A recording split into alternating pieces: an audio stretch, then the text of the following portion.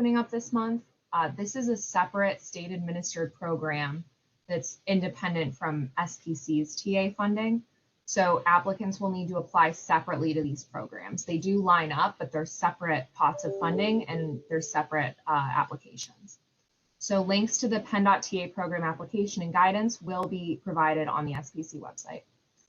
The consolidation of this program guidance at SPC means that the CMAQ application period will be earlier than it normally would. Again, that'll be happening this year with the consolidated program. And then just a final note, the consolidated program guidance contains an overview of each funding program and overarching application process. The guidance also details the selection criteria and the evaluation factors for each program. Please reference this to understand how projects will be scored and what funds you might be eligible for.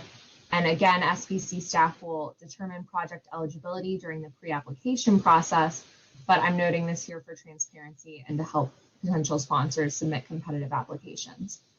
So again, please note, guidance should be posted later this week on SPC's website. It'll contain information on our unified timeline, which will contain all of our those discretionary competitive funds, and a webinar will be happening shortly, and Leanne will send information out on that. If anyone has any questions, I'm happy to take them now, or you can email me, whichever you prefer. You can leave them in the chat and I'll get back to you.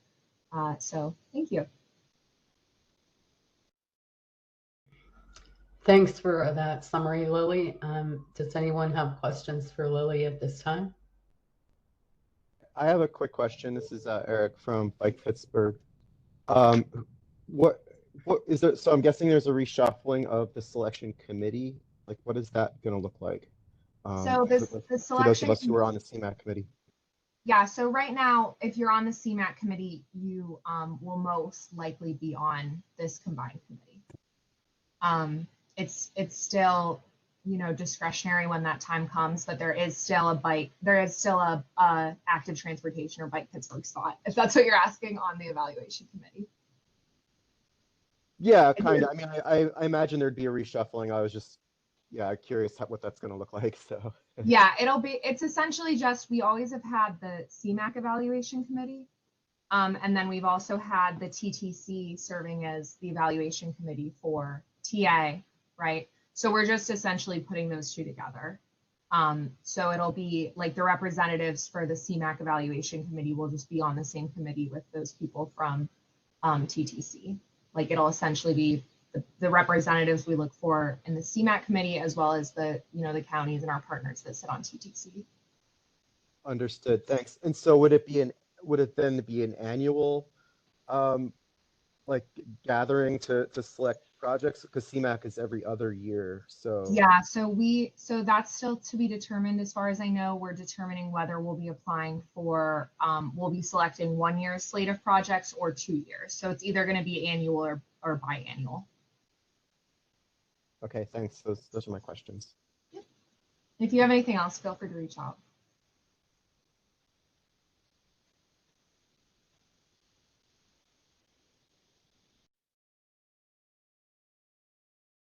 All right, any other questions for Lily at this time? Feel free to speak out. All right, great. Well, as Lily stated, feel free to reach out to us anytime if you think of questions later. We'll move along on the agenda to our second presentation on the National Roadway Safety Strategy, Safe System Approach, and Complete Streets, which is presented by Jeff Engel with FHWA. So when you're ready, Jeff, you can go ahead and share your screen and get started. Okay, hi everyone. Jeff Engel, FHWA, the PA Division Office here. And I'm going to share my screen. And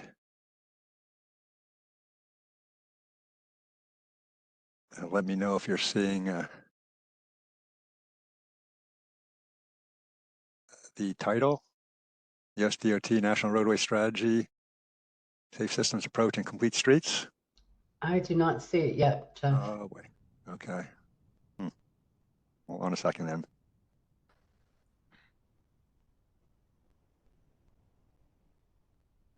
All right, we have a disclaimer. Yeah. All right, good deal. If you can get back into the slideshow view, that would be great. All right. All right, looks good. All right. You're seeing the full screen there? Yes. Great. Okay. So yeah, thanks for having me here. Basically, this presentation, it's a little bit lengthy, and I'm going to kind of rip through some of these slides because there's a little bit of duplication throughout.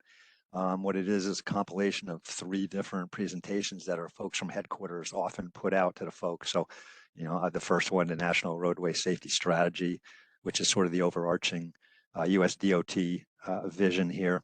I'll probably go down through that first third pretty quick, first third of the whole slide presentation. Second portion is going to be on a safe systems approach, which is a key component of that overall safety strategy. And we'll talk a little bit about that. And then the third component, the last piece of this is complete streets. So we want to get to that back third of this PowerPoint. There's a lot of slides in here, so bear with me if I run through something fast. It's likely because there may be a duplicate sheet somewhere else.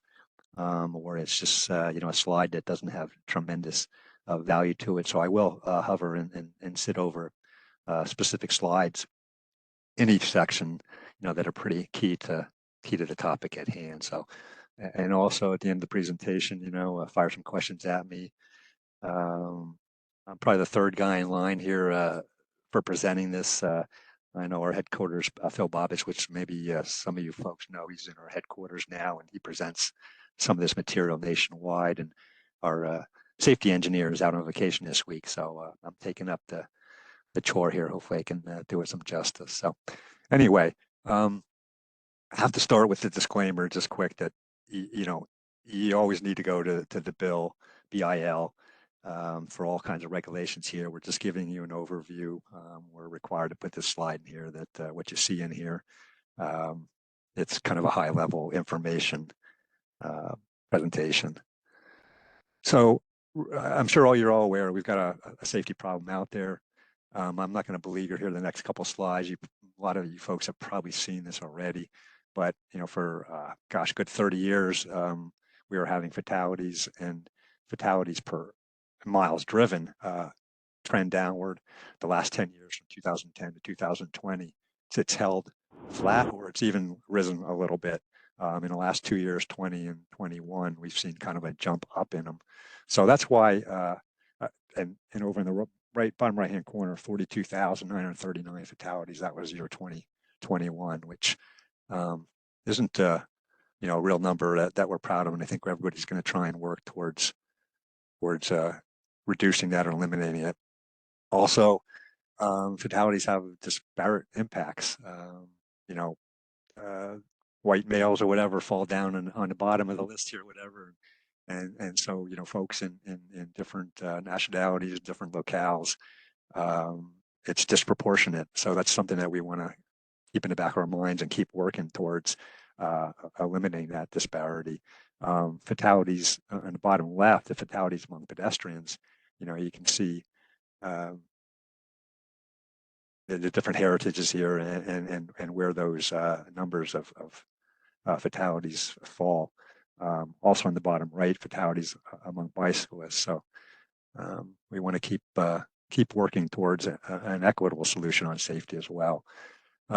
Here, this slide, you can see that the blue line is total fatalities, and you can see that line trending up since 2010.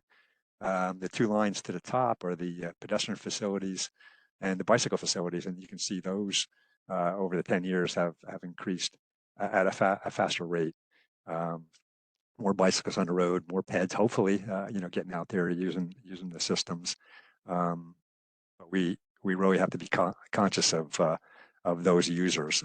They're the most vulnerable here, the bikes and the peds and other users that we'll talk about. So there's a disparity in that. So we want to really kind of keep focus on that as well. Here, we're talking about rural roads and urban roads. And even though rural roads are lot less in volume or miles of roads, there are a disproportionate amount of crashes. And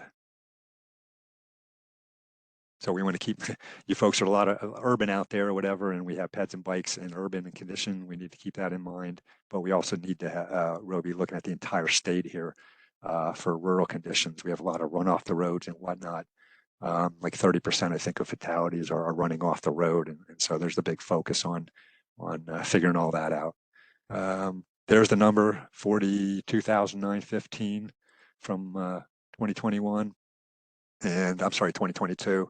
And what that equates to is about 118 people. That's what the number of folks you see on here is per day.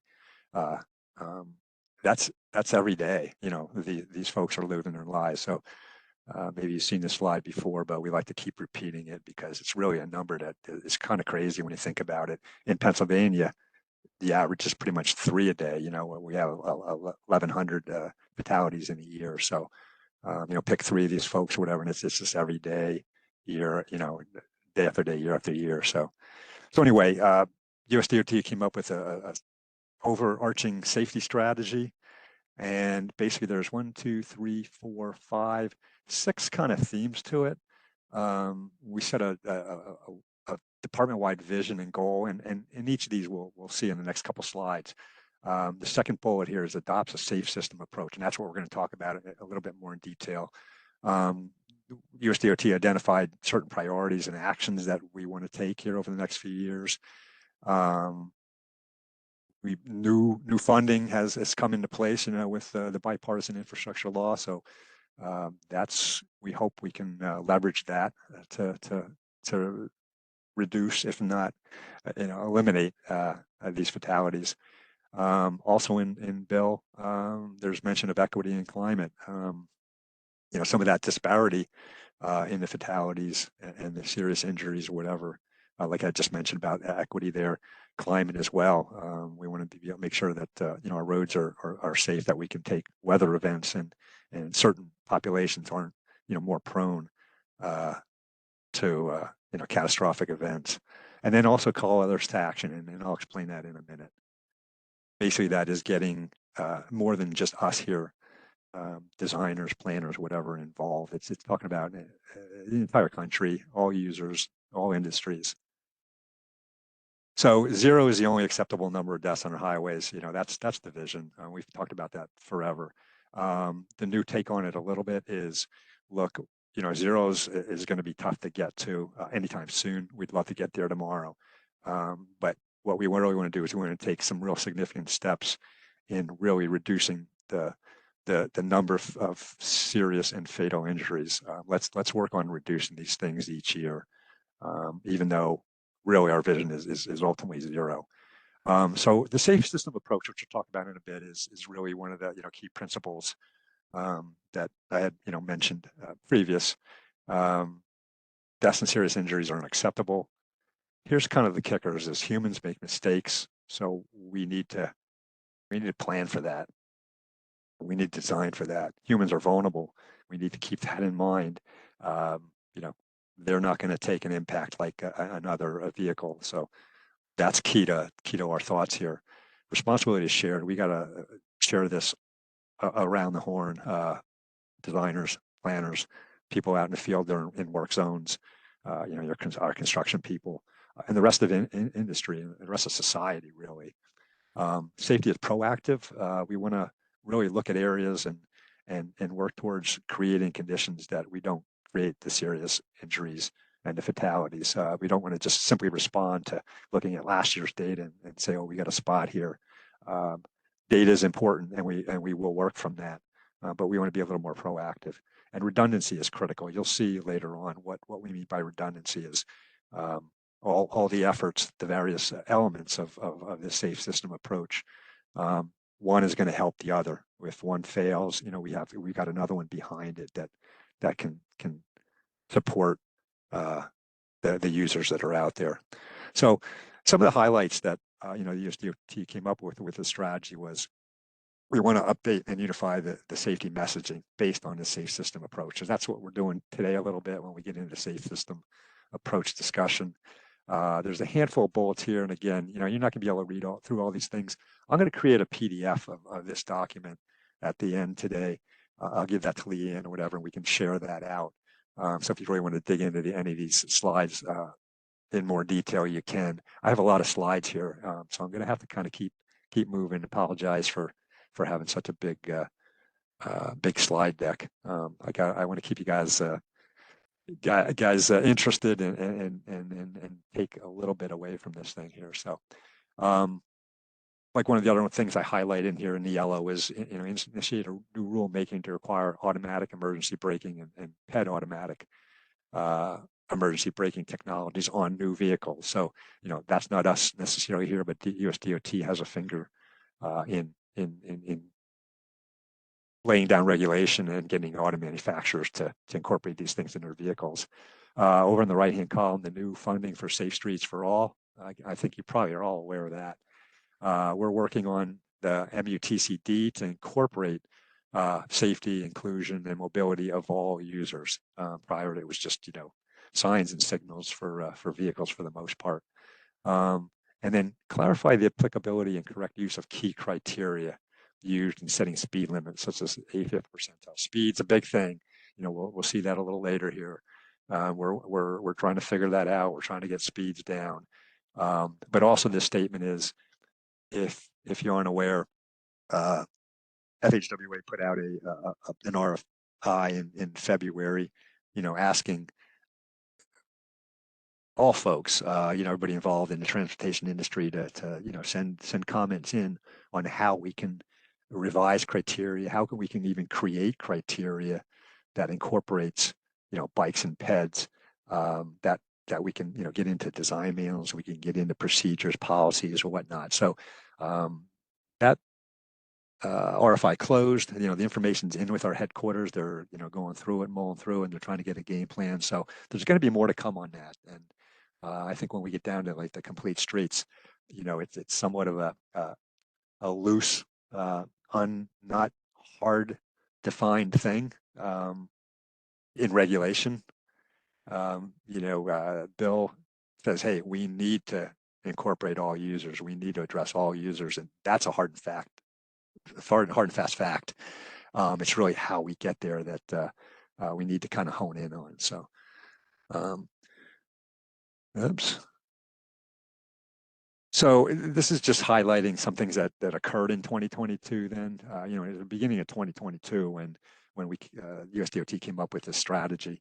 And so, one of the things over on the right there, that's kind of key. All these things occurred. The other bullets, there's plenty of other things that are in progress. But on the right, we came out with policy documents on including vulnerable road user safety assessments. So that's kind of a new thing. I know that was sort of a last minute thing, and I know it put some people under pressure. But it's it's a valuable start to where we want to go. UST, we leveraged new funding here, nearly in red, 14 billion in new funding for road safety, which, 6 billion for Safe Streets for All over the 5 years. 4 billion has been added to the 8SIP program over the 5 years, and approximately 4 billion for various other types of work, improving data collection, vehicle safety programs, truck safety is a big thing. So there's funding for other tasks as well. So just in the blue here, equity and climate, part of the BIL, we want to address equity and climate. So more to come on that. I don't have a whole lot of specific answers today on that, but that's a work in progress as well. We want to keep that on the tips of our tongue. Here's the National Roadway Safety Strategy. The safe system approach is really these 5 elements here. And we'll talk about that a little bit later. Safer people, safer roads, safer vehicles, safer speeds, post-crash care. Those are the elements that were really kind of, in my mind, are sort of like the tech elements. We have the overarching principles and whatnot. These are the hardcore kind of tech things that we're going to try and work on. Safer vehicles, obviously, that's the auto manufacturers. That's maybe regulations that US DOT might put out there to require Even though the auto manufacturers are out there, you know, they're trying to sell cars, so they're on the forefront of a lot of things. But these are the 5 elements that we really want to keep in mind. Safe people. We want to just, and some of these slides I'm going to go through quick, so you know, I apologize. You know, don't be upset if you're not reading these things. Kind of, I guess, you know, just listen to maybe what I'm mentioning about this is we just want people to reach their destination. So we need to make our roads safer for everyone here. Different actions here. I'm not going to go through all these things because they're sort of, I talked about them a little bit, but you know, update safety messaging. That's what I'm doing here today a little bit, and you know, DOT, FHWA continually puts out webinars and whatnot. So hopefully you guys are joining in on some of those things and taking advantage of what we're trying to promote and try and push out. Couple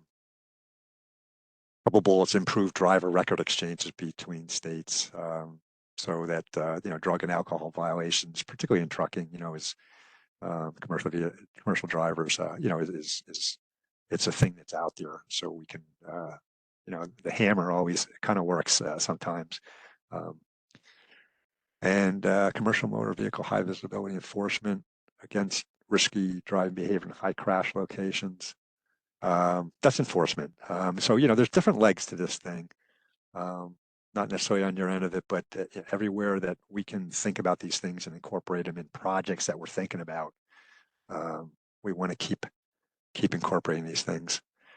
Safer roads. We want to make sure that, you know, designers design safer roads, and, you know, planners, you know, when you're thinking about a project, obviously, you know, safety is paramount, and you know, work with your designers, talk to your designers.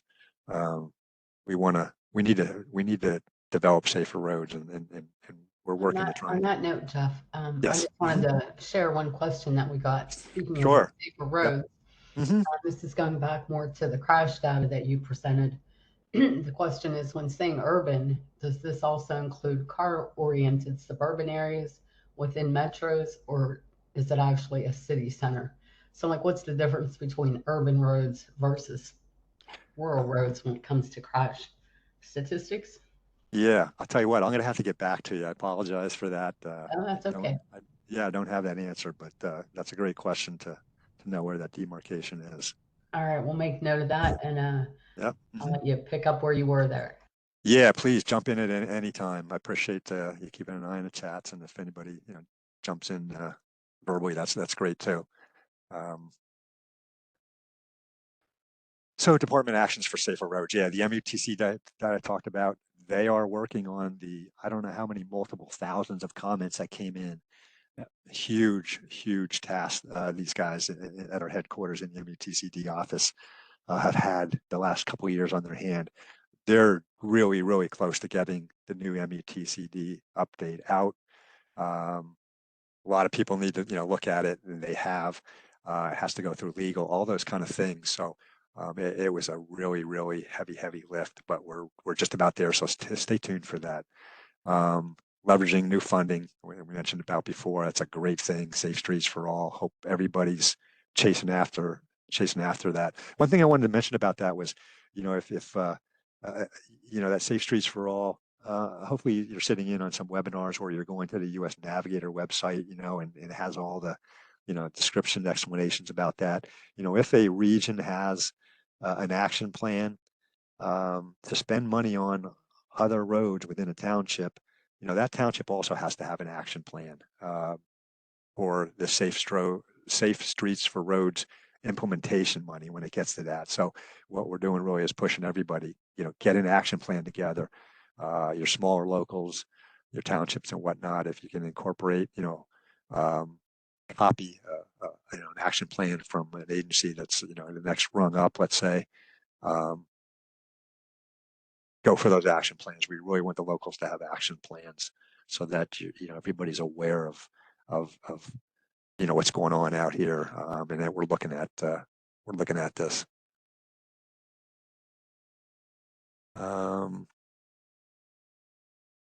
And improve state performance on achieving safety performance targets using a focused approach. So that's getting into the technical. there's a lot more to kind of keep working on that. Gosh, the data that comes in that you know, PennDOT's getting a hold of, it's tremendous, and there's no end to, you know, what you can do with some of this thing. You know, there's no magic bullet here or whatever, but we got to keep working at looking at data and making smart decisions on where to put the funding. You guys know that the funding is short. I can talk all day long here about you know, all these things we want to do here, whatever. And I know you guys, it's you know, PennDOT struggles with you know, projects and growth in projects. And so all of a sudden we, you know, we say, hey, we, you know, all users, we've got to really incorporate all users and whatnot. You know, all of a sudden there's some more expense to some of these things, but it's the right thing to do. So let's keep looking at using information and kind of working towards improvement together. Safer vehicles. I'm just going to slide right through this. This is for the, you know, the OEMs to try and incorporate your you know, lane assist and your automatic braking.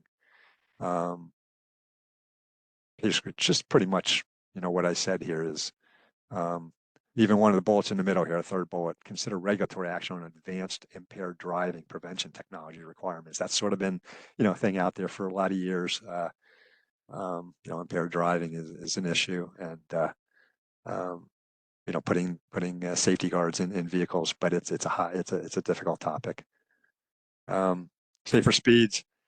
This is speed cameras is an issue across the whole country, and different states are delving into it. And I think actually it may even be today that I think the Pennsylvania House might be talking about this or voting on something where potentially putting cameras in school zones. Anyway, they did that in New York, and the speeds, you know, after a year later or whatever, the speeds through the work zone, through the school zone, you know, 500 foot on either side of the school zone, I guess, dropped dramatically. And people are willing to maybe accept speed cameras. It's a hot topic, speed cameras everywhere, you know. People are thinking, hey, they're out there to bring money in, but it's really not that. It's really to bring speeds down. You know, when it hits your wallet, you know, people all of a sudden realize, well, you know, I need to slow down. If you're not thinking about, you know, the crash that may occur and somebody might get hurt, you know, you're thinking about, geez, if I get a ticket here, this is going to cost me some money. So speed cameras is maybe not a bad thing, but it's a sensitive topic. On the subject of safer speeds, I thought I'd share another question in the chat. Sure. Now I don't know if you can see the chat there, Jeff, but it's long. I'm not going to read the entire question, but basically the concerns are the Google Maps travel time predictions assume people are going over the speed limit. And the question is, can FHWA persuade the mapping routing apps to fix their algorithms so they never assume anyone is traveling over the speed limit? So I don't know if FHWA has done anything along those lines or can. That's really an interesting comment. I never heard that, and I'm going to talk to people about that because that's a huge interesting comment. You know, these are private companies. Whether you know, somebody could look and say, hey, that's against regulation. That, you know, your algorithm is based on a speed that's higher than the posted. You know, that's false information out there. That's false advertising. Really, that's a great. I love that question. Yeah. So I will. Yep. Save that chat and send that to you via email, Jeff, so you have all the details. Okay. We're looking into that later. Yep, I appreciate that. I love that question. Yep. Leanne, can I step in here too? Sure, feel free. So this is Sam Pearson from Walkworks. So I did not frame my comment as a question, but it relates to this one. In essence, the 85th percentile, which you mentioned being reviewed and revised, but 85th percentile, for context, right, was originally determined for rural roads in, with relatively low traffic, and is now being applied indiscriminately and, in fact, excluding vehicles that are yielding where necessary. If traffic is slowed or stop and go, that's excluded from the calculation of the 85th percentile speed for that road. And I would argue actually that we should actually turn around the 85th percentile, accept its use, but insist that it actually only count, similar to this proposal for Google Maps, only count people who are driving legally, such that they are able to and do yield to pedestrians and crosswalks rather than just blasting through and, oh, I couldn't see them in time, right? If you drive such that you are able to see and have stopping time for pedestrians and crosswalks, you will actually find the 85th percentile is miraculously in most, inhabited areas under 20 miles an hour. So it's a similar take. Like the current 85th percentile is actually similar to what this Google estimate is. It's like the worst behavior being amplified. Right. No, I hear you. Yeah, it's a great comment. That's a great comment. And with these comments here, I'm going to speak to Phil Bobbitt, who's our headquarters guy, who's deeply involved in all this stuff. Like I said, they're wading through a lot of things, a lot of thoughts, a lot of how to go forwards. And I love that comment. I don't know whether you were able to submit that with that RFI. I think I'm trying to remember how many folks I have submitted it regularly. Frequently. Yeah, that was good. Absolutely good. Maybe it takes 3 or 4 or 5 bumps in the head or whatever, and it gets out to a lot of people. So everyone listening here is hearing it as well. And that's a great comment. So I'm gonna bring that up with Phil and make sure that he's looking at that comment and they're addressing it that strongly. So thank you. Post-crash care is another one of the elements, and I'm just going to jump to the next slide here. Basically, we want to improve, on-scene safety for the responders. We want to be able to, get them out quick. We want to make sure that when they're out there, it's safe. So designers, we're going to end up, going out to designers and kind of, keep pushing improvements in design, having safety in the back of their minds everywhere. So that, crashes, we don't want them to occur, but they likely will. And so we got to keep our responders safe. And we also want to be able to get them out to the site, be able to do their thing, be able to get off the site quick, and get out of the area. So there's a lot of, thought that I think we can work towards to improve this task, which, getting when someone is injured, getting them out of that scene and getting them to treatment quicker. There was a call to action, and that was one of the other principles. And in February, USDOT, made this announcement out to the general public that it's we're not going to reach this goal of 0 or even major reductions here just all by ourselves. Everybody's got to chip in, all levels of government. American people need to understand that hey, they're a part of this equation. They need to. They're a user and they need to be able to cross the street in the proper manner and things like that. So education to them is key. But everybody's got to chip in. So that's what the call to action was. And, it's going to take all of us. Now's the time to do this. And when they put out that call to action, I mean, there's like 40, I think, agencies or companies that are the first responders, so to speak, to this call to action. And each of the 40 have said, hey, this is what they'll do. Amazon said, hey, they're going to, start installing some of these safety measures in their trucks, maybe the lane assist, et cetera, et cetera. 3M is working on retroreflectivity for signs. AASHTO was updating the MUTCD and looking at the highway safety manual and other things there to kind of get all users into the fray here. So that call to action is for all society to kind of get involved here. Here's a link to get more information at the roadway safety strategy. When you get this PDF later, you can always reach out to us. I'm going to have to pick up the pace a little bit, I think.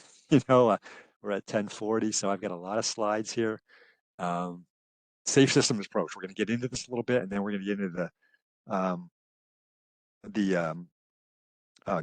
my fleet streets. I'm sorry, just sort of my brain had a blank there. So we talked about the safe system approach already a little bit. So some of these slides we're going to probably slide through, but they're a little bit of reinforcement and maybe a little bit more detail. And I think there's a case study or two in here. So 0 is our goal. The safe system approach is how we get here. This is where we're driving at. here's a disclaimer again. I'm not going to read this thing. It's pretty much what I mentioned to you earlier. It's in here just because I pretty much tacked these various presentations on one after the other. So, you know, the deal is we want to get to zero. We don't want anybody to lose their life. So that's our goal.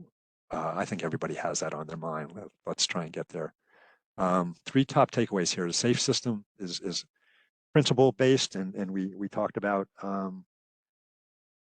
the principles a little bit, you know, way up front.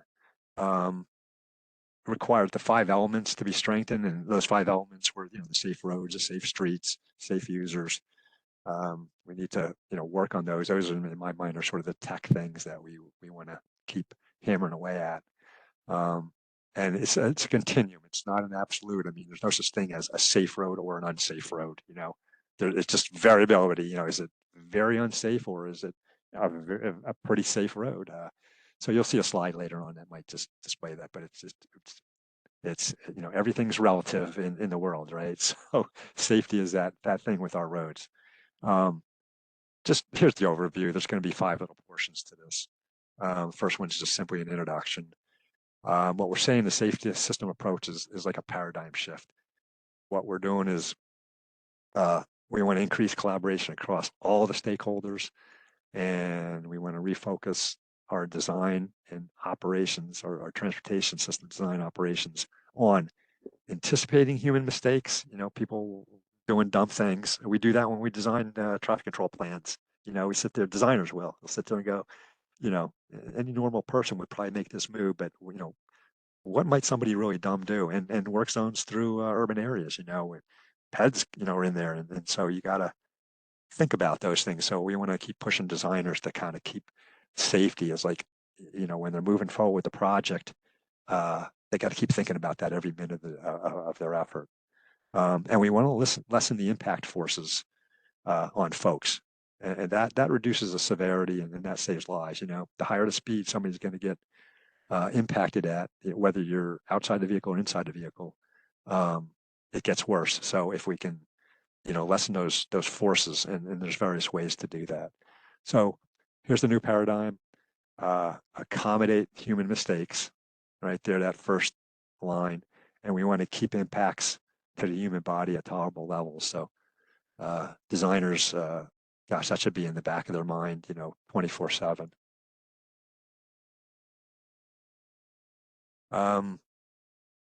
Here's, you know, the safe system adopters from 2000 already. You know, you look at your foreign countries, Norway, some of those countries, Sweden and Norway, whatnot. They've reduced their I think their crashes by 68%. And you can see all the way over to the U.S., which we've, you know, started adopting this a little bit later. You know, in earnest, we've been adopting it a little later, and we're starting to see some decreases based on our efforts. But we've got a ways to catch up to some of these other nations. They've been at it, I think, hardcore a little bit longer than us. There's other, you know, organizations out there that have the same idea. You know, Road to Zero, or Zero Deaths, Vision Zero Network. They're all have that same goal. Let's get them down to zero. So here's the kicker. Here's the safe system approach. This is what we talked about a little bit earlier. So this slide isn't, the topics aren't any different than we just talked about, but, you know, seal this wheel all the time. That's the safe system approach. So keep this picture at the forefront: safe vehicles, safe speeds, safe roads, post-crash care, safe road users. These 5 elements is what we want to really keep working towards. These were the principles that, you know, way back when, I shouldn't say that, but when we started the slides off. So this is a little bit of redundancy. You know, we all need to share the responsibility up over in the right-hand corner. We want to be proactive about it. Redundancy is crucial. Those 5 elements, you know, if for some reason, you know, we don't have a safe road, it's tough to get every road just to be safe, to be highly safe in the next 5-10 years, probably. So, you know, if we have safe vehicles that maybe can, you know, pick up on things, you know, that helps, that redundancy, so to speak. and on the left side here, these two key components here. Humans are vulnerable. Humans make mistakes. We can't lose sight of that. Death and serious injury is unacceptable. Those are the principles, and we talked about the elements. So those are probably from the big takeaway from today is that. So there's the elements. We're going to get into the principles a little bit, the elements, a case study, and then just a conclusion. And we're going to go through this a little bit quick, maybe until maybe we get to the case studies, because that might be of value. Same thing here. This is no different than what we talked about, the principles again. Death is unacceptable. Humans make mistakes. See in that picture? Door closed maybe. In dusk maybe. Just running across the road random. Humans are vulnerable, this is an obvious thing, and you may have seen this before. You go, crash energy goes up, higher speeds, higher impact. Guess what? You're going up to, 100% of fatal and serious injuries as those impacts go up. Responsibility is shared. All of us, planners, designers, builders, operators, maintenance workers, the vehicle manufacturers, law enforcement, the traffic incident management folks, and then the users themselves. Everybody needs to work at this.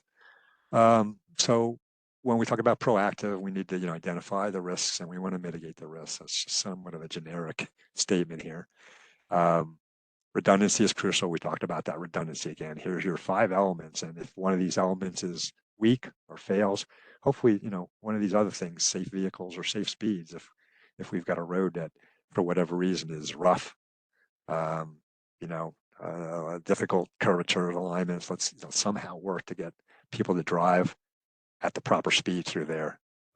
We're working on kind of coming up with solutions for some of these things, or some suggestions on how to get there. The elements, again, we talked about it. Here's the 5 elements. This is the redundancy from what we talked about before. Here's your users, peds, bikes, drivers, transit folks, and other things that you maybe don't think about immediately. These are our users we need to think about.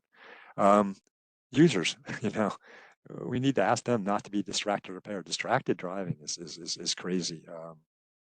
That can be eliminated, and if everybody is not distracted, not impaired.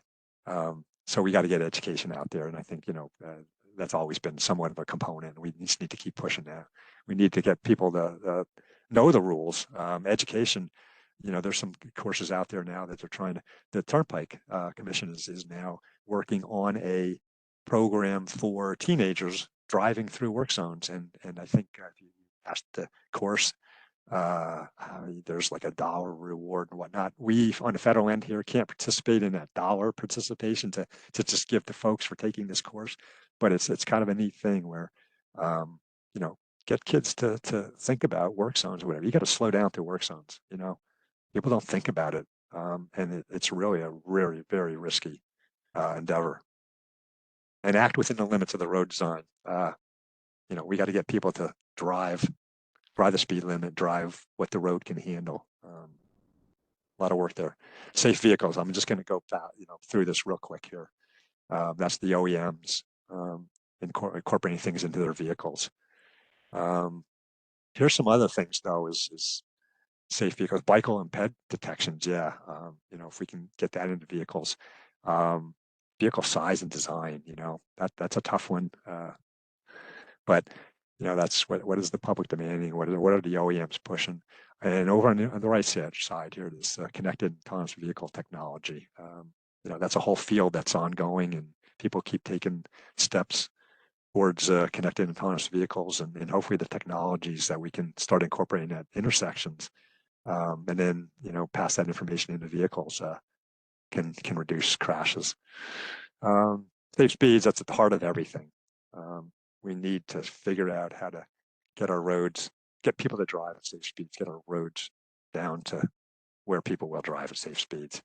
Real quick one here, and I hope I'm not going too fast where I'm driving people crazy. This is pretty lengthy here, but I got to really kind of keep moving. Apologize for how many slides.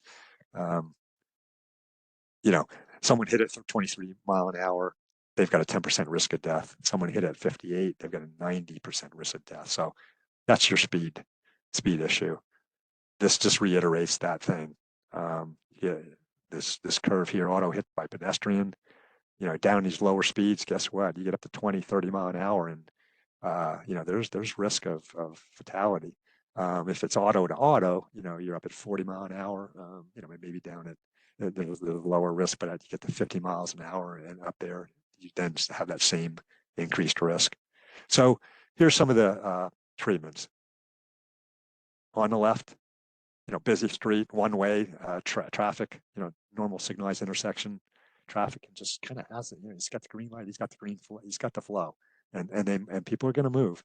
There's a roundabout. I think we all know about roundabouts and how positive they are.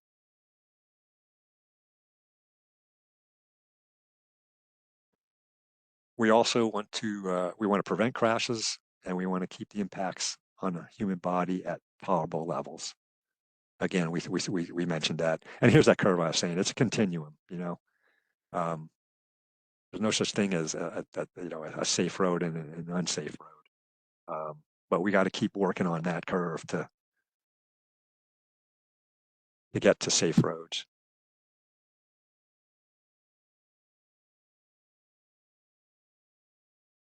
Reduce the likelihood of error, that either a vehicle or a ped or a bike might get into, and reduce the consequence of that error.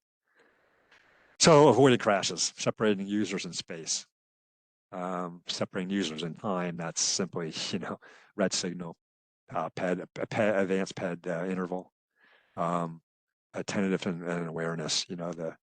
The signs here, with the fluorescent green. Managing the energy here. Here's putting speed in the variables. I shouldn't say variable, but just at least posting your speed here so people see that, and hopefully it hits their head. Hey, it's not right to be going 40 or 50 or even 35. We gotta slow down. The roundabouts are managing the crash angle, so that's why they're much safer. And then designers, putting the right devices out there to protect things that we really do need to protect. So it goes across the board: design, construction, maintenance, operation. Even all these aspects have to work together. Post crash, like we talked about before, first responders out there.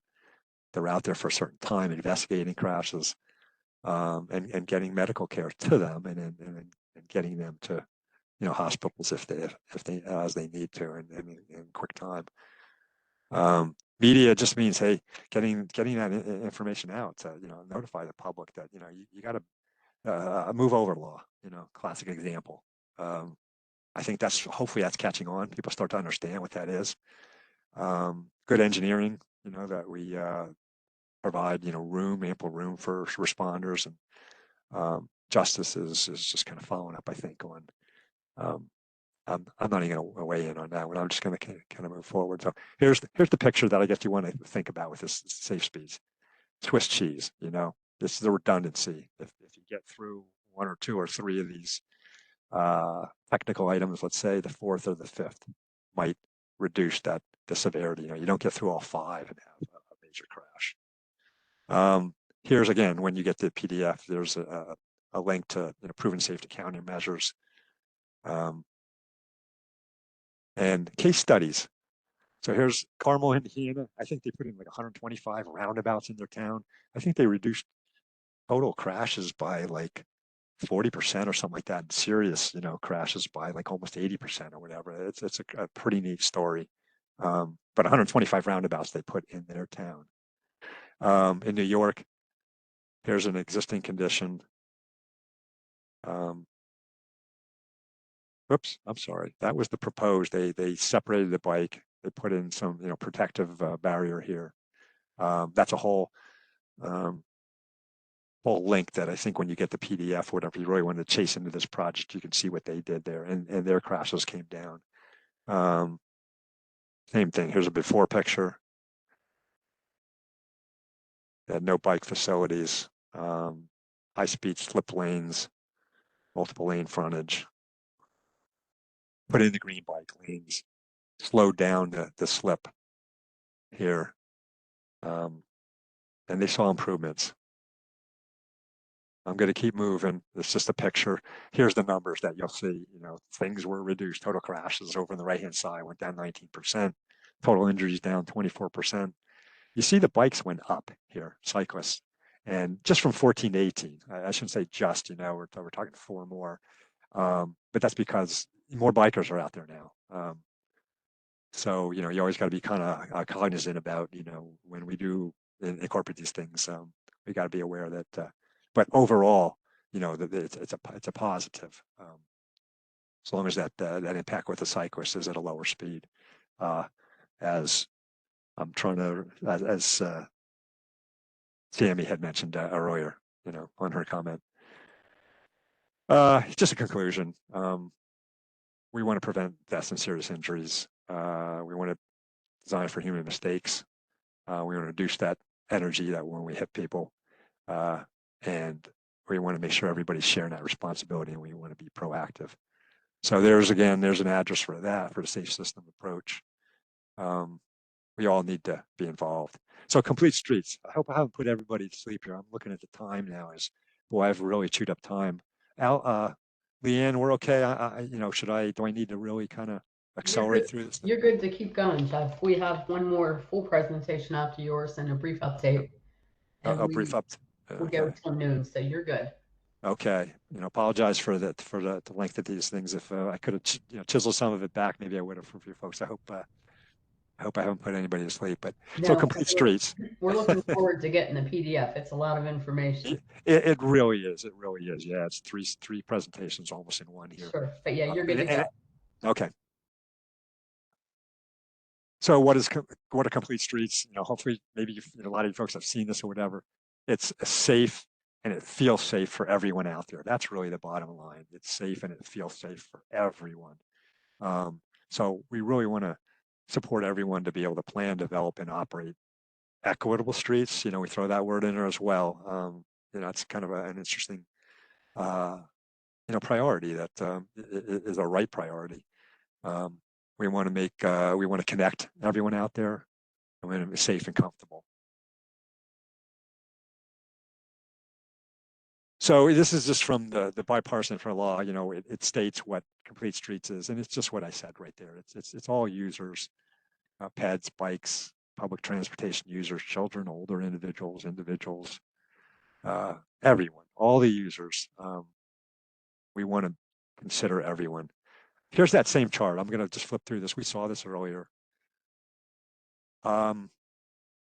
This is an interesting chart where it shows fatalities by road users in vehicles and out of vehicles. The outside of vehicles are down the bottom here. Inside the vehicles are up in blue. You can see that over time, you know, boy, from 75 over on the left, over to current here, there's a little bit increase here. I'm not sure why, up in late 90s or whatever, but you know, there's a good slow trend down here over the left since 2000, let's say. Vehicles are getting safer, generally, inside the vehicle. Pedestrians outside the vehicle, though, it's getting worse, and that's why we're here talking about this. I'm going to skip through this. This was just in 2021, I think, when Congress said, "Hey, we got to look at what's going on here. We got to come up with policy." And so, here's various publications that you can, access. There's a new bike and ped AASHTO, pub out. I don't know if this, you're probably not seeing the picture of the newest one.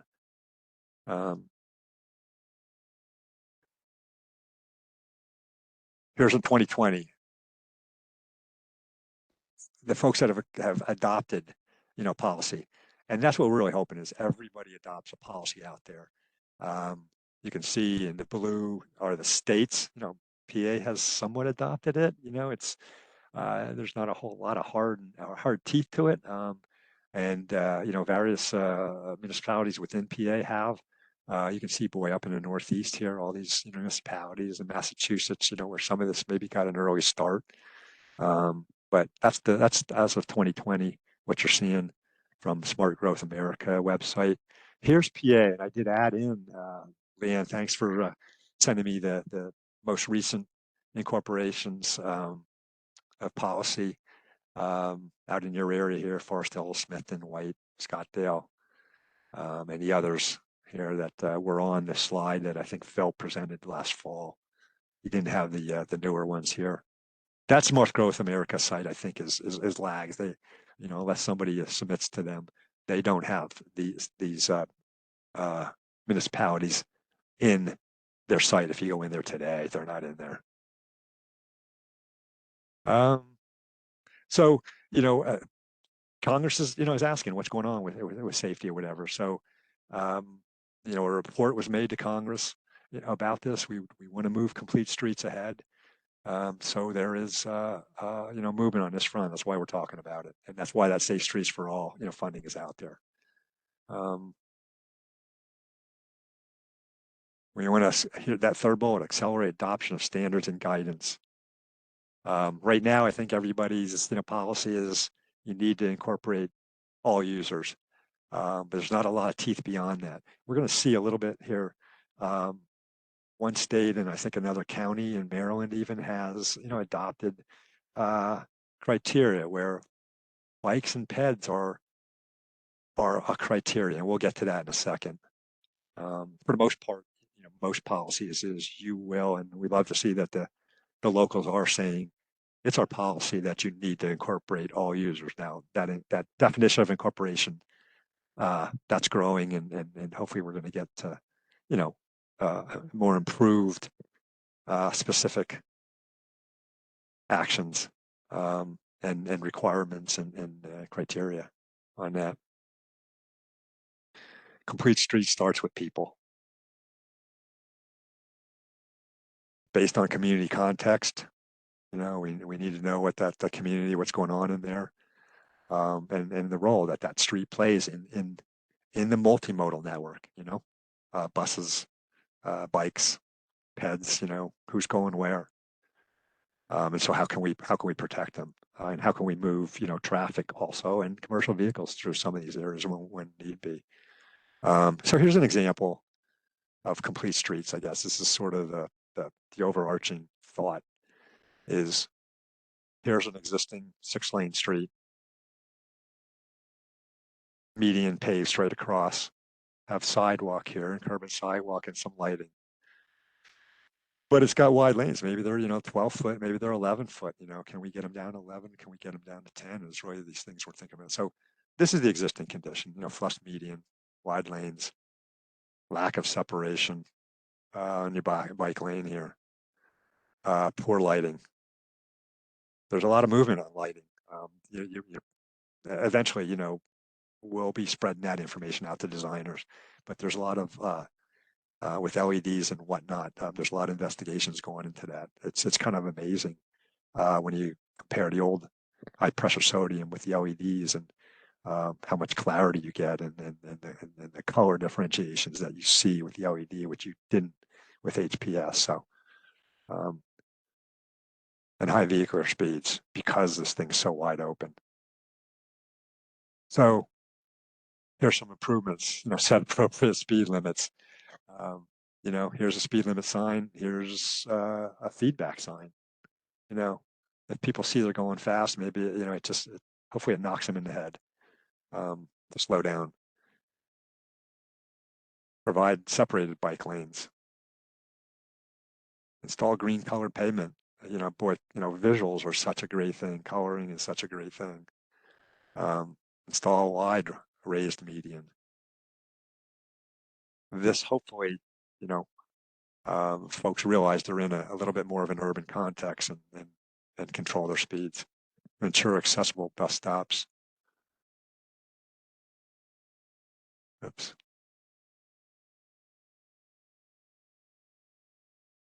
Whoops. I'm sorry. So the next bullet was lighting is still inadequate. So, let's look at that. Streets that generate nuisance lighting. Okay, that's a good comment. So I just saw that pop up and I see them pop up and it disappears. Yeah, nuisance lighting. Lighting design is kind of it's a real thing. And we need to, we need to get that into our manuals, and our designers need to be aware of those kind of things. So good point there that, next time somebody updates a manual, if, I'll scroll that down, or Leanne, it's a good comment that I'd like to know about, because PennDOT is updating their various manuals, and just putting sentences in there about that. Designers might not think about it. Add visibility enhancements. Here, your flashing beacons, at mid-blocks, we have one of them in Harrisburg. Narrow roadways, maybe we can lose a foot on that lane. Add trees for shading, for traffic calming. It doesn't look like a freeway as much. People think, drivers know they're in an urban situation, and it's somewhat calming. So here's an example of something that was done here in Gettysburg. There's the before picture up in the upper right.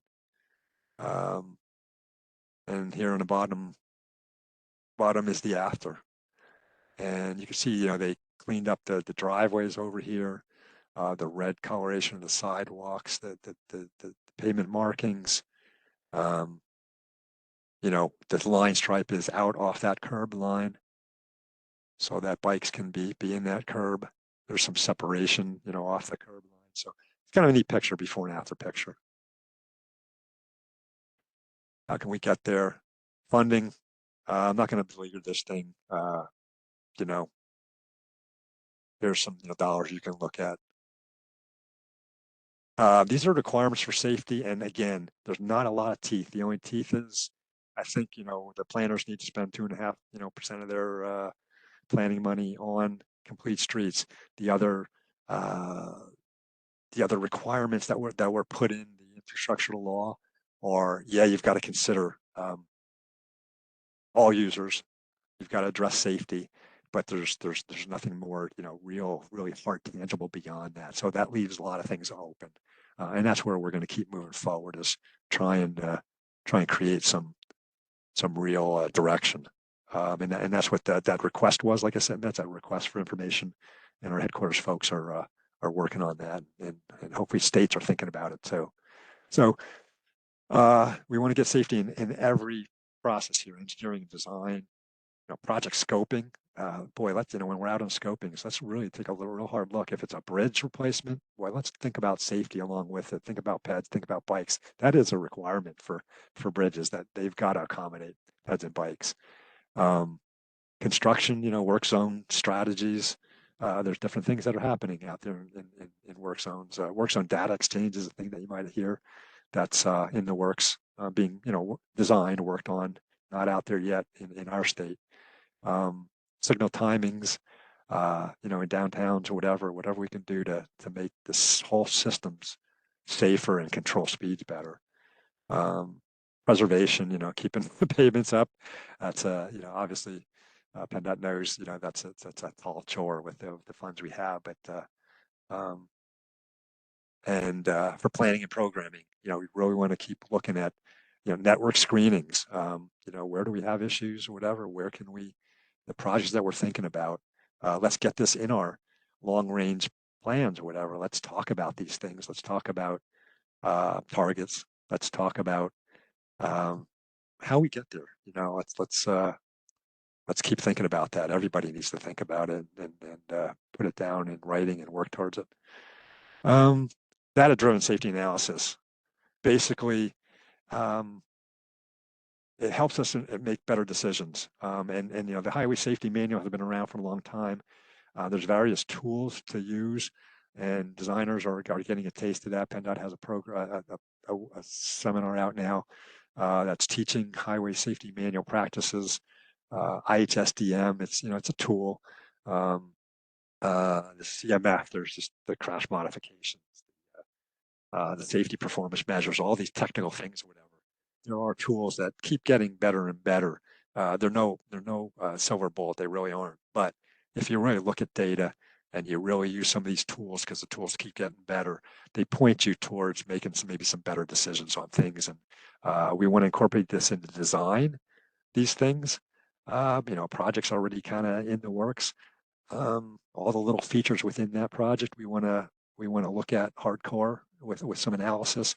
We want to actually kind of even get some of this up early on in planning wherever we can, how best we can. And it's a work in progress. But if we can look at data and really make good decisions, we can make better use of our money. Target our investments really is what it's all about. This is really just same thing, kind of getting safety involved in all these different steps, getting input from everybody in scoping. Make sure that the scoping meetings have safety engineers out there, have a design engineer out there, have an environmental engineer out there, so they have input. Purpose and need, alternatives analysis. That's where the projects that we are doing this ISAT-E and IHSDM effort, the data-driven analysis. They're going into these alternatives analysis now. But anyway, things you probably already know. We need to get it all, all these steps. So here's these are probably the good things for today. Sorry it took so long to get here, but some samples. In Virginia, they created a project weighting factor for various factors. Congestion mitigation here, this first side. Then economic development, is obviously, it's a consideration, it's a factor. Accessibility for folks, safety is just a general safety thing, environmental quality and land use. So they put numbers to each of these. And I wish I'm losing my category C. Oh yeah, here's the different, I'm sorry. So the different categories or their different areas. Category D is rural. Category A is where you have your urban areas. So there's higher weightings, whether you're in urban or whether you're rural. So category A, they have congestion is an issue in these areas. Northern Virginia, you're outside of DC here or whatever. They put 45% on that. They put safety at 5. I mean, that doesn't sound right, but I guess they're looking at maybe their crashes in these areas, and maybe there are crashes, but maybe there aren't a high number of fatalities or aren't a high number serious. So they have that number a little bit lower. You get down into the rurals, and they're saying, well, there's a 10% here. The mitigation, the congestion isn't as bad, but guess what? We've got people running off our roads all the time out in these rural areas, so we're putting 30%, we're putting a weighting on that. And that's how we are going to kind of come up with prioritizing things. At least it's a broad brush strike at trying to line things up where best we can attack our problems. North Carolina DOT and the Kentucky Transportation Council, I believe, they actually, same thing, they put weightings for their different tasks. Safety, if you're looking at Kentucky here, safety performance 25%, congestion reduction 20%. So they actually are putting numbers to certain things. Massachusetts up the ante. They actually came up with design standards for PEDs and bikes and transit provisions. So I think the PDF is going to have a link to Massachusetts. They put criteria, they identified some criteria. I don't know all the details of it, but what they did was, if you don't meet that criteria, just like if you don't meet a shoulder width criteria or lane width criteria that we have now for roadways that's been around forever and a day. If you don't meet these criteria, you need a design exception. And that's really interesting, that you've got to read a design exception if you're not fully accommodating PEDs and bikes. So kind of an interesting concept up there. Here's more examples. You can probably find these in these publications. So this PDF will give you the links to that.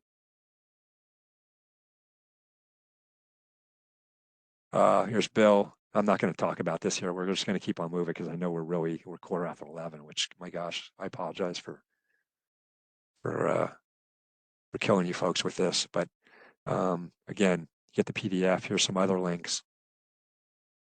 And that's it. I'm going to stop sharing. All right, great. Thanks Yeah. so much for that presentation, Jeff. We did have a couple more questions, Sure. but I'm going to get those to you. Like I said, I'll send you the chat. Oh yeah, I can see. Yeah, now I can see the Yeah. chats here. I mean, waiting Yeah, for clean so health or access to in parks. crosswalks, use green Yeah. pavement. Mhm. And then the weightings, but then never mind on that. Okay. But yes, I'll send the chat to all, Roy, and also the PDF whenever I get that from Jeff. So are there any other questions for Jeff right now? This is Chris Samiga from Mobilify at Southwestern PA. Jeff, thank you for the presentation, and I can appreciate many of the things the feds are trying to accomplish here, but you really hit on something that is extremely, I think, challenging for us in the advocacy space, which is the lack of statutory teeth that are in the infrastructure law with regards to this. Other departments within the feds, when they get into rulemaking, tend to be a little bit more prescriptive with the silent parts of laws as to what they're going to say to do. And I guess I'm just kind of curious, how do you see the federal government creating more accountability to state DOTs and regions, or requiring that of them to get these fatality numbers down? You know, I think about how we have urban bridges that are, you know, all users, yet are requiring 14-foot lanes, for example, in some cases, not even 12-foot. You know, the suggestions of using the NACTO guide versus the AASHTO guide, I could go on and on and on, but you know, honestly, until there's, you mentioned, you know, enforcement stuff, until the power of the purse really catches up with the goals here of lowering the fatalities, I'm just curious on how we really actually move the needle in any sort of substantive way, other than this sort of project by project basis of localities that happen to have the capacity within themselves to do the planning and the programming to actually stand up, which creates its own equity issues from a municipality side. So I'll just stop with my ramble. Yeah. No. And I hear you. And we use those words here as well as, you know, what's the statutory teeth, because, you know, our engineers are out, you know, looking at projects and whatnot. And again, you know, PennDOT's up against, you know, their backs up against the wall, trying to, you know, improve the systems out there, do what they can or whatever, you know, with the funds and whatnot. And so it is a struggle. It's a struggle everywhere. But yeah, that's what the, you know, that RFI that came out, because the bipartisan infrastructure law, like I said, was, you know, pretty soft in direction, let's say, you know, or requirement, you know, a statutory regulation or whatever. That's where we then need to pick up, and that's what our group is doing in headquarters right now. Is, you know, they're trying to run with this a little bit. They're trying to figure out how can we, you know, what you know, guidance is one thing, you know, but guidance is guidance, you know what I mean? Like, you know, somebody could turn their back on guidance if it's not, you know, a regulatory requirement. So, you know, data-driven efforts, I think, have some teeth to it, and it's, you know, it's tough for us to push some of it because, you know, there's only so much you can do all at once. You know, everybody's kind of stretched thin, so we kind of keep pushing the needle where we can and kind of keep requiring, you know, certain things. But yeah, we need to, with the safety end of it here, and with, let's say, you know, criteria, more specific definitions, requirements. We need to get more teeth into it.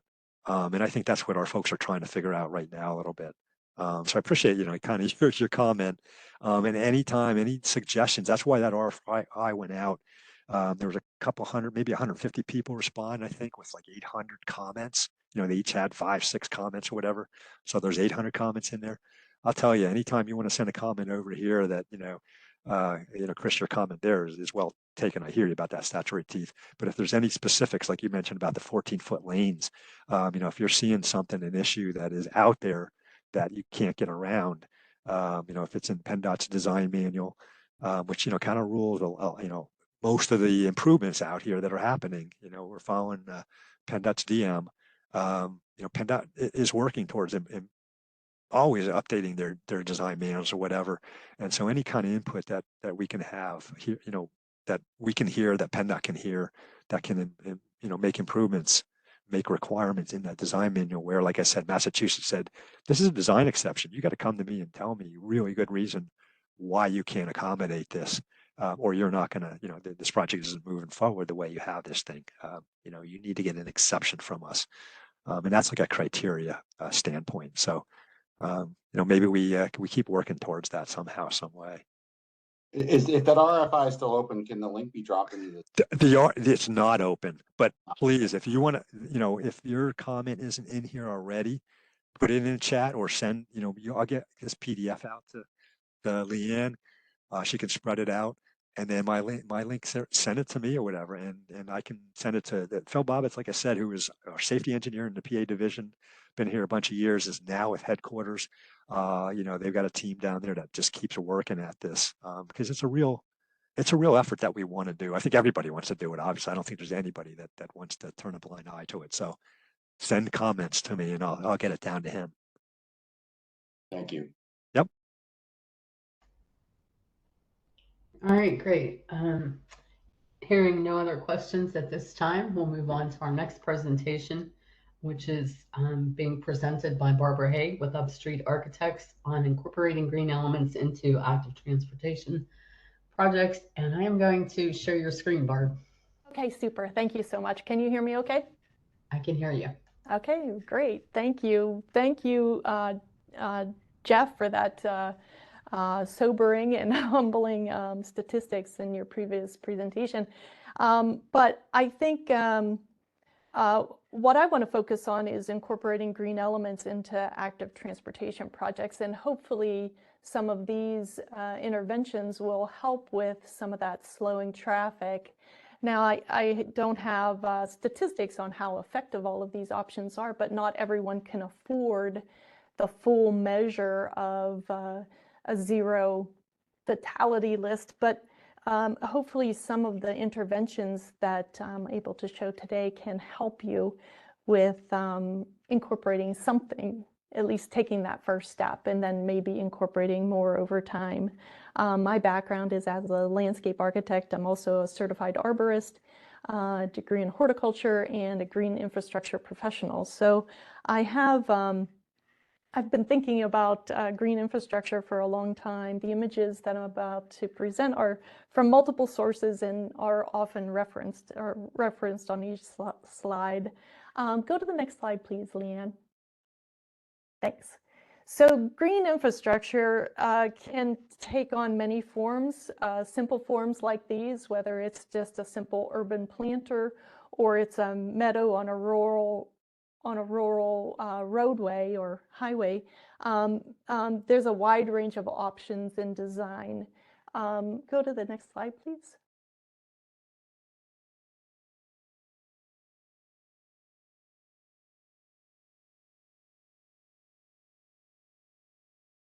Thanks. Now there are also more complex planting areas like this urban setting with bike lanes, which have the green spaces and the separation from the traffic.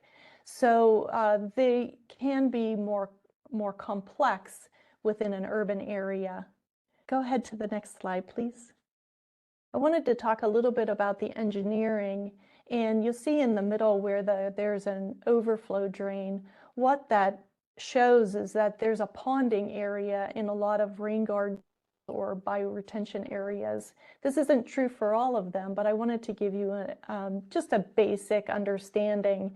So there is an opportunity for water to pond when there's a rain event or when stormwater comes into these areas. And there's an overflow drain in case there's a high capacity. But what happens over time is that the water will infiltrate into a constructed soil mix, or sometimes it's several layers of different types of gravel. In the bottom, there's often a gravel envelope which surrounds an underdrain, and just in case that's sort of a safety valve in case there is an overabundance of water to prevent flooding in those areas. But one of the most important parts of this design are the plants. And what the plants provide is an opportunity for water infiltration, but also for evapotranspiration. So the plants will be taking up the water, but also evaporating it from the surface of the pond, but also it will be transpired from the plant material. If you go to the next slide, please. This is a drawing that I just love, and it's often shown. But what it shows is different plant material and the different types of root systems that the different plant materials have. And if you look to the far left, you can't read it, but that's turf grass. You see how very minimal the root system is in turf grass. And this is why plantings that are much more complex than just mowed grass have a higher rate of infiltration and are better able to manage stormwater. Go ahead to the next slide, please. Benefits of urban green infrastructure. The top diagram really shows a lot of the great social benefits of green infrastructure, helping people to manage, bringing them outside more.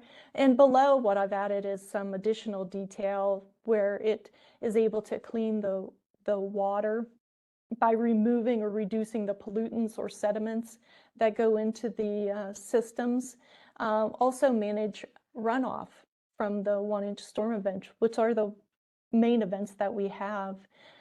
Also can reduce the nuisance flooding. It's a landscape asset. And in some cases, it cools the water before it's infiltrated into the system. Next slide, please. This is an example of a parking lot that was retrofitted with some green infrastructure. And what you have between the cars is an bioinfiltration area, an infiltration trench. And you'll notice that there's wheel stops for each of the parking spaces. This allows the parking areas which are sloped towards the infiltration trench to be able to have the water flow into the infiltration trench. And also in the foreground is a rain garden, and we'll see another view of that in just a minute. But the plant material helps with absorbing a lot of that, a lot of the stormwater that's there. You'll see the green parking areas that has the EV charging station parking areas in the parking lot. Next slide, please. This shows that rain garden, and you don't see it here. And unlike the infiltration trench, it has a ponding area. You see the beehive sieve over top of the underdrain. But it's able to absorb a lot of the water because the porosity of the stones in the top. This is not intended to be walked on, but the infiltration trench can be walked across in order to get across the parking lot. Next slide, please. And also, the part about the rain gardens and bioinfiltration, the green infrastructure, that is really, really interesting to me is that you use natural systems to manage stormwater instead of the catch basins and the piping systems, which has been used for a long time, which we call gray infrastructure. The green infrastructure uses the natural systems and allows infiltration and recharges of the groundwater. This is in Mount Pleasant, and it's a rain garden, and you see the lower curbs the lower curbs which allow the stormwater to infiltrate into the rain garden, directed into the rain garden. And you'll see that there's a use of stone as well as a use of mulch. So the stone helps to reduce the velocity of the water as it's coming into these rain gardens, but the mulch allows for more of a natural setting with the plant material. Go ahead to the next slide, please. This is also in Mount Pleasant, and what we have here is, again, we have those wheel stops, which allows for the stormwater to flow freely and not get caught up. But the area between the roadway and the parking lot is a porous sidewalk, and with the trees planted inside of it. So that's another way to incorporate green infrastructure into an urban setting. Next slide, please. Being in the SPC region, some of you might be familiar with Etna, and Etna has had a history of being flooded. And so what they've done is they've embraced the stormwater, celebrating the stormwater. So as you walk down the street, you can see the direction that the stormwater is flowing within Etna. And there's quite a few really interesting interventions that they've put in Etna. So if you ever have a chance, go ahead there and check them out. Next slide, please. As you wind through the town, you'll see that the end spot of the drainage system comes into this rain garden. And you'll see in the foreground, in the right-hand picture, you'll see that there's stone and a concrete edge there. So when the stormwater comes into that area, there's a lot of turbulence. So in order to help dissipate that velocity of water, and then allow it to fill into the area and allow the plant material to grow really well in this area because it has continuous moisture available to it. Go ahead to the next slide, please. One of the things that I thought I'd ask is, think about your purpose. What's the purpose you're trying to create with green infrastructure? Marrying it with your active transportation. How much space do you have? Because you don't always have unlimited space available to you. And also, what is your setting? Is it a rural area? Is it urban? Is it suburban? You can do something like this, is adding simple plantings along the sides of the paths and bikeways to reduce the flows of the stormwater. Also add some beauty, but it also helps to highlight where to travel. It allows the people to know that they're supposed to be in that space, the paved space, not the green space. Go ahead to the next slide, please. I thought I'd show this example from New York City. This is the Hudson River Park. And in the top left photo, you have the view of the Hudson River from there. And on the right, in that photo, you see one of the posts from the Henry Hudson Parkway, which is above. And then the next two slides to the right on the top, those show some of the athletic facilities that are within that space. And then down the right-hand side, you see the picnic area and also a bike lane.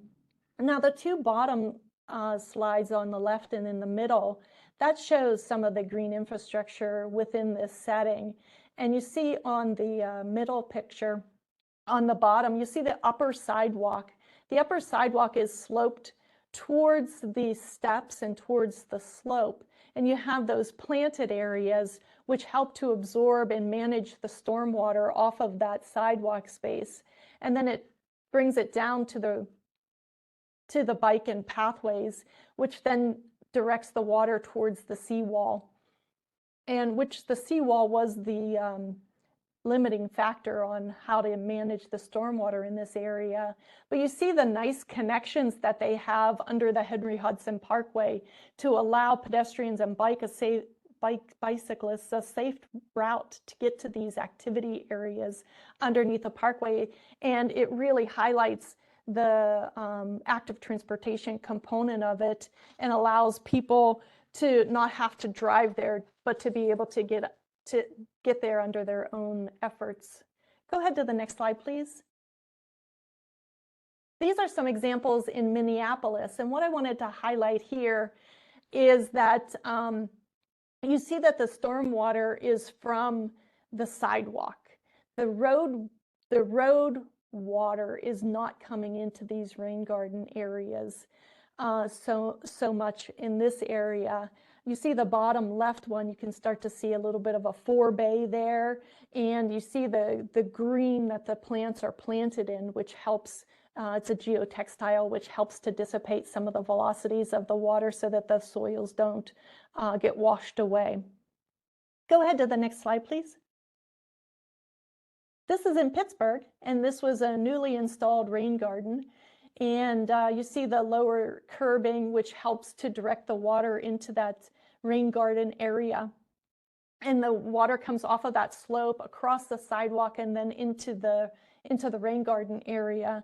You also see that there's an overflow pipe there. It looks like it hasn't been cut down yet in order to meet the elevation of the curbing so that it can be more effective.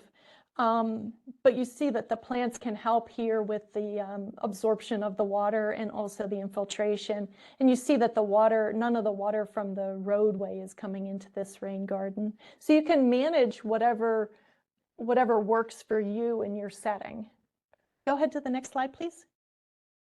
I don't know if any of you have watched the Street View films. They have them in different communities, and they're great bike tours through communities to highlight the bike transportation and how to navigate the cities. But the highlights here, and this is in Pittsburgh, the highlights here are the rain gardens. You see them along the roadways. And it asks the question, is this the most complete street in America? And it looks pretty darn good. You see that the red along the sidewalk, the red paving along the sidewalk, that's the bike lane. And then the wide concrete sidewalks next to the green space between the bike lanes and the green space is really great for the pedestrian area.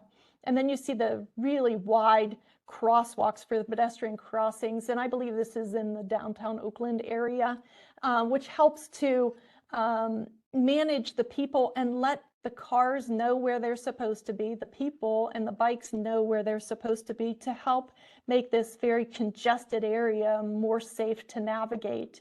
You also see the median strip, which helps to calm the traffic in this area and highlight that this is a slower traffic area. And then there's lots of vehicles, lots of arrows for the vehicles to know exactly where they're supposed to be as well. Next slide, please.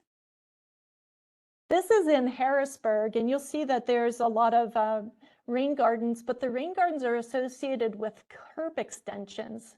So if you see where the parking areas are along the roadways, you'll see that there's a bump out at the intersection where those rain gardens are. And that serves a couple of different purposes. It allows more space for the green space, but it also shortens the distance for the pedestrians to have to cross the roadways. And you see in the top left, there's that median strip, which reduces the distance even more of how to cross the area. It makes the urban areas more cool, and it helps to manage those stormwater. Go ahead with the next slide, please. And then this is additional rain gardens and bump outs within Harrisburg area. And you'll see in the bottom right and left, you start to see that they're starting to manage the stormwater from the roadway, whereas in the top photos, those are managing the stormwater from the sidewalks. So you can see that there's there's different maintenance associated with those areas. Also, the different slopes of the roads can determine whether or not you can manage some of those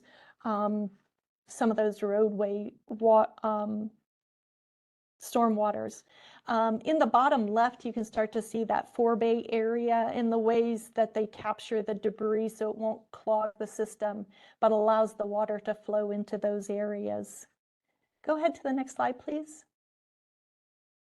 And then here is more suburban areas have those curb extensions with the rain gardens and crosswalks, again highlighting those shorter crossing distances, and it better highlights the crossing distance for the pedestrians so that as the roadway narrows, cars tend to go a little bit slower as well.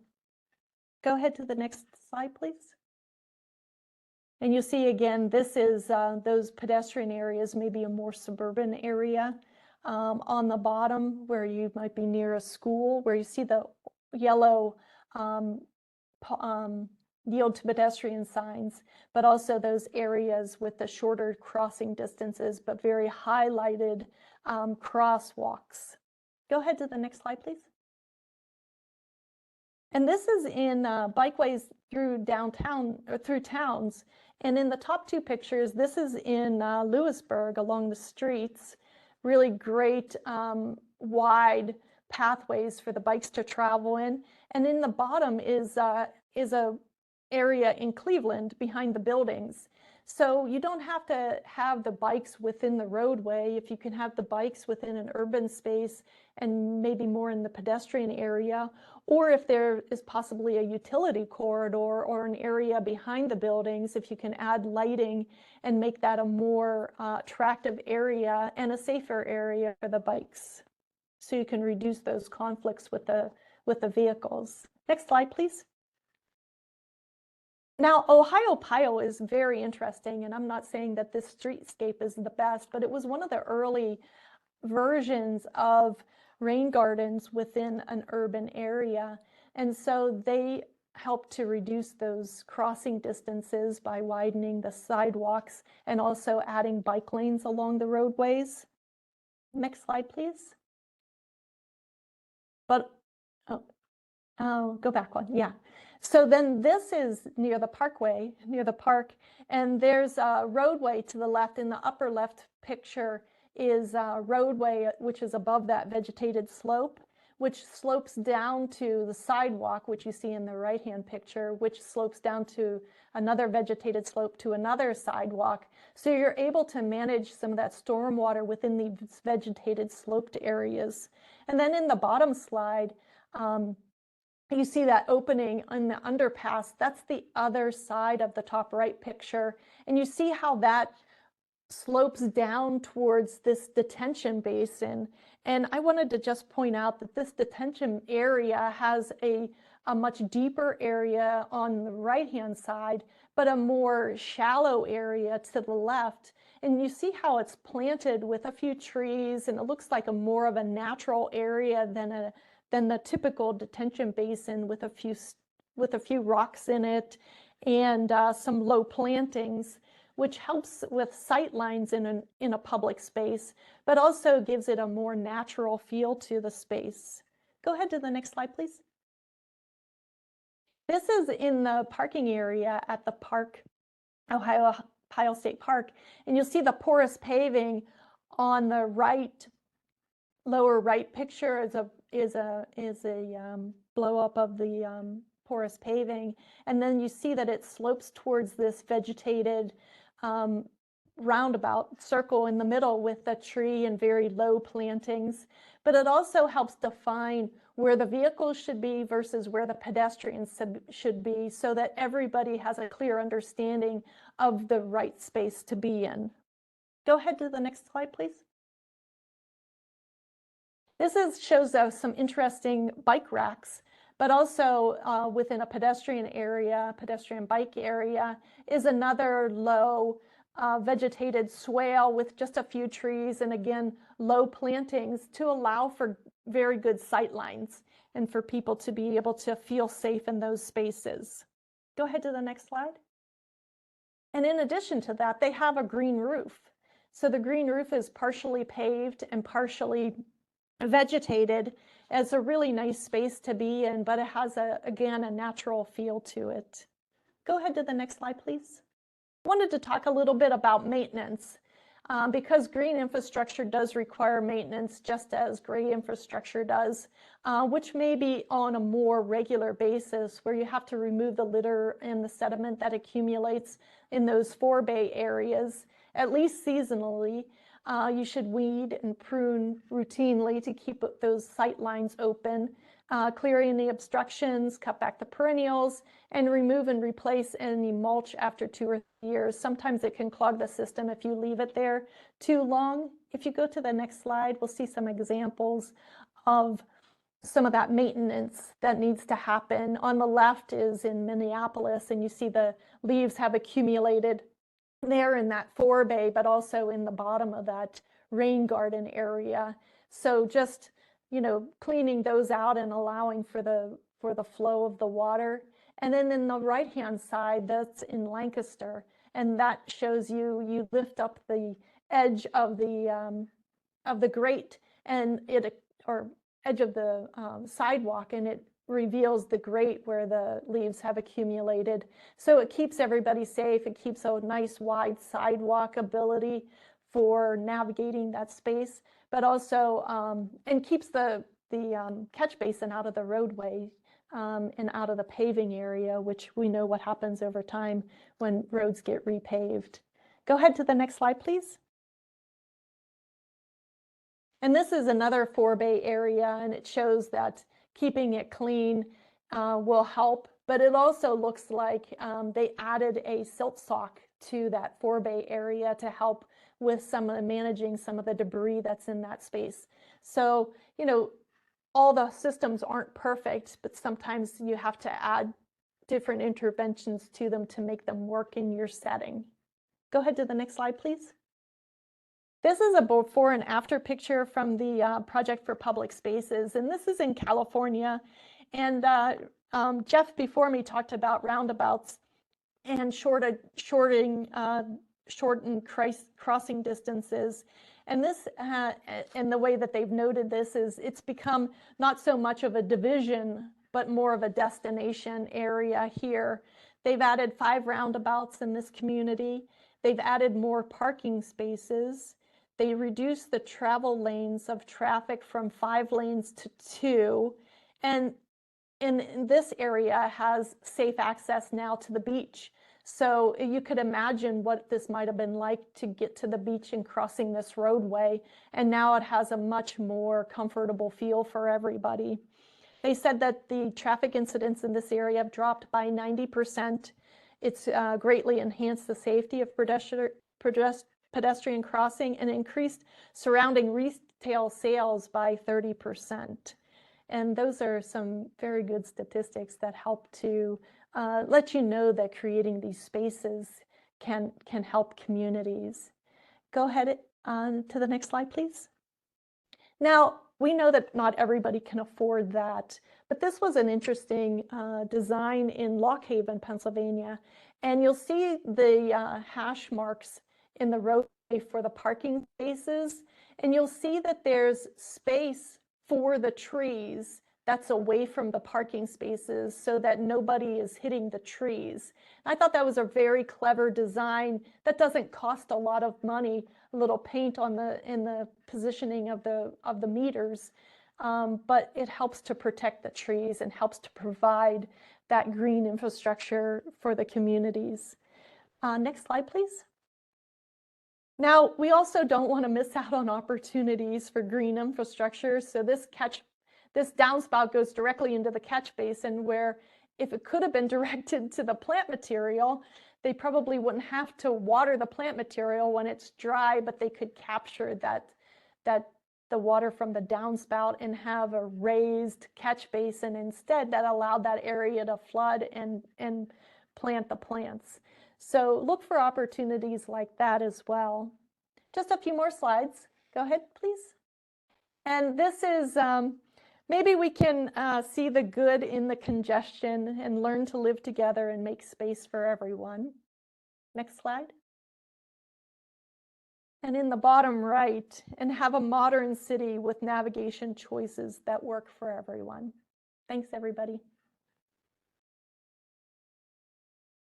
Thanks so much for that presentation, Barb. That was very informative.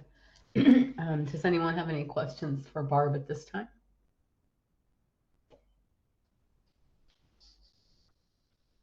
All right, hearing none, we will move on to our final presentation, which is an update on the Pogo bike share system. And when you're ready, David, feel free.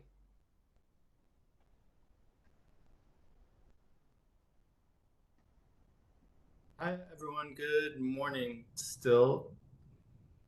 Are you all able to see my screen? Yes, we can see great. that. I only have 5 slides, so it's going to be very quick. I appreciate the opportunity to share a couple of quick updates here. For those who are not familiar, we are the nonprofit that runs the Pogo bike share system here in Pittsburgh, formerly called Healthy Ride. And last year we launched Pogo with electric assist bikes. We're really excited about it. And I thought some folks on this call may be interested in some of the funding details and how we used CMAQ to accomplish this goal. So, but quickly, here's a shot of the bike right downtown. This kind of part of the bottom bracket that you're seeing there that looks a little overbuilt has a motor. The motor uses a torque sensor to provide an electric assist to the rider. There is no throttle, and there's no controls that the rider sets for the electric assist. These bikes do need to be charged. Obviously, the motor needs power. There's a battery in the down tube, which is the sort of oversized tube that the word Pogo is written on there. And I'll show you what's really exciting about this is that looking at this photo here, you can see that batteries are charged at our stations. We're one of the few cities in the country to implement a system like this. We're really grateful for the flexibility of the city of Pittsburgh leadership and the vision of our utility provider, Duquesne Light, to allow us to create a three-way agreement that we can tap into the streetlight infrastructure for this power. It's a huge improvement over in terms of sustainability, reducing operations costs, but also ensuring that customers and bike riders are going to get a fully charged bike at their station. For those familiar with our Spin dockless scooter system, I'm told that they need to go and locate and pick up every single scooter as much as every single day, take it back to a central warehouse location and recharge it. So that is not a great long-term business model. And so we're really excited here in Pittsburgh to have pulled this off. And the photo that you're seeing shows the electrical connection. You can see a revenue grade meter that we mounted to the side of our kiosk with above ground conduit connecting to the streetlight pole on what's the left side of my screen. So really, really excited about that. And I thought some folks might be interested to see how we pulled it off.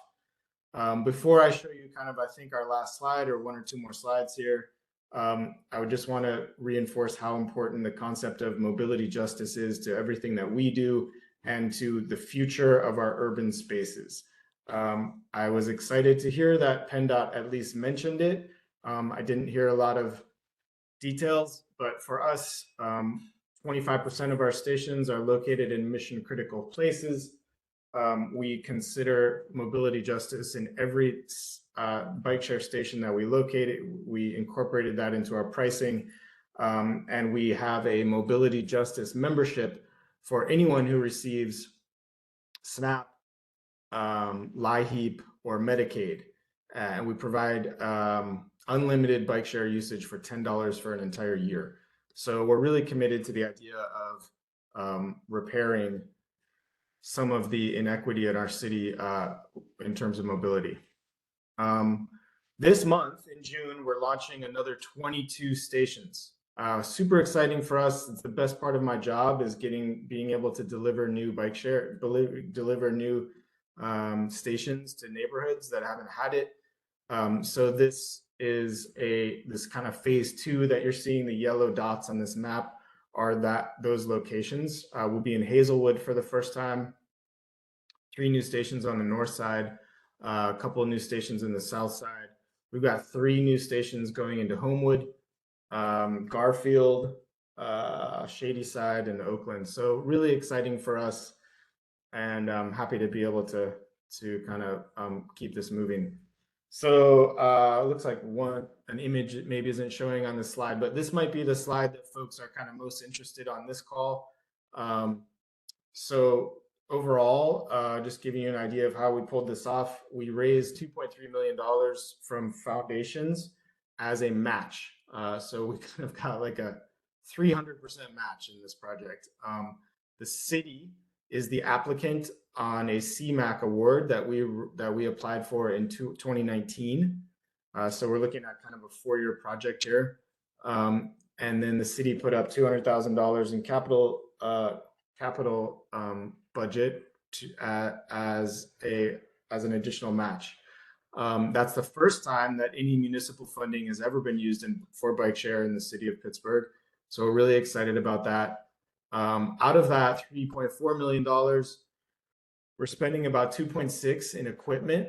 And then the other kind of $800,000 there was used to, do all the planning, permitting, and contractors to help us get the electrical connections. We have some staff time. We also rebranded, so there's a big chunk of money that had to go into dismantling the old Healthy Ride system and then relaunching or launching the Pogo system.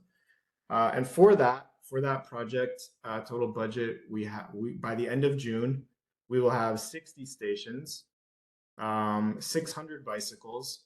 60% of those are electric assist bikes. So 40% of our fleet is a traditional pedal bike. We do have some customers who are really interested in that, and we're happy to continue to provide it.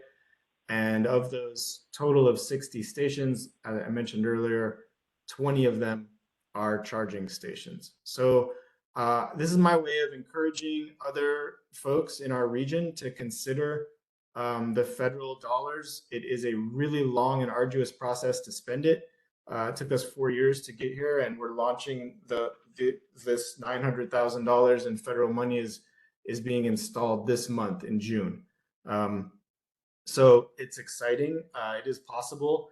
I'm going to also say that we plan to apply for this next round of what was kind of the first thing on our today's meeting agenda, the combined application for transportation alternatives and CMAQ and carbon reduction. So I think that, again, we'll have another pretty competitive application, but if folks are interested in connecting about that, let me know.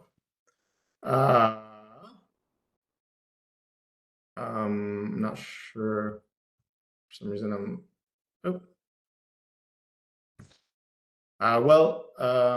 this is a vision of what a 300 station network would look like that we plan to, I don't know if, let's see why I can't.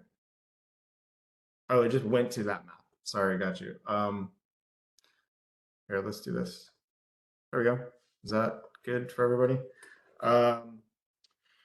This is the vision of what a 300 station network would look like. So I mentioned by the end of June, we'll have 60 stations, and we're hoping to get into some inner ring municipalities. You can see here places like Swissville, Edgeville, Rankin, Braddock, Wilkinsburg. So it's really important to us that if we are going to think about transportation alternatives in our region, that we make it convenient, we make it accessible, and that it works for everyone. And the only way to do that with a station-based bike share system is to put a lot of stations in. So we're excited, happy to work with other folks on this call. If anyone is interested in kind of thinking about what Pogo or other type of bike share would look like in your city, please get in touch with me. I'm going to stop sharing, and happy to answer any questions if there are any.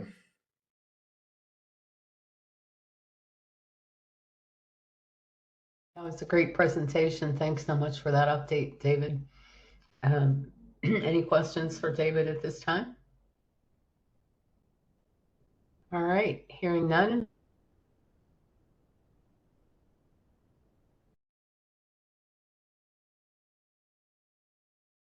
Share that your community is doing, feel free to jump in and share with us.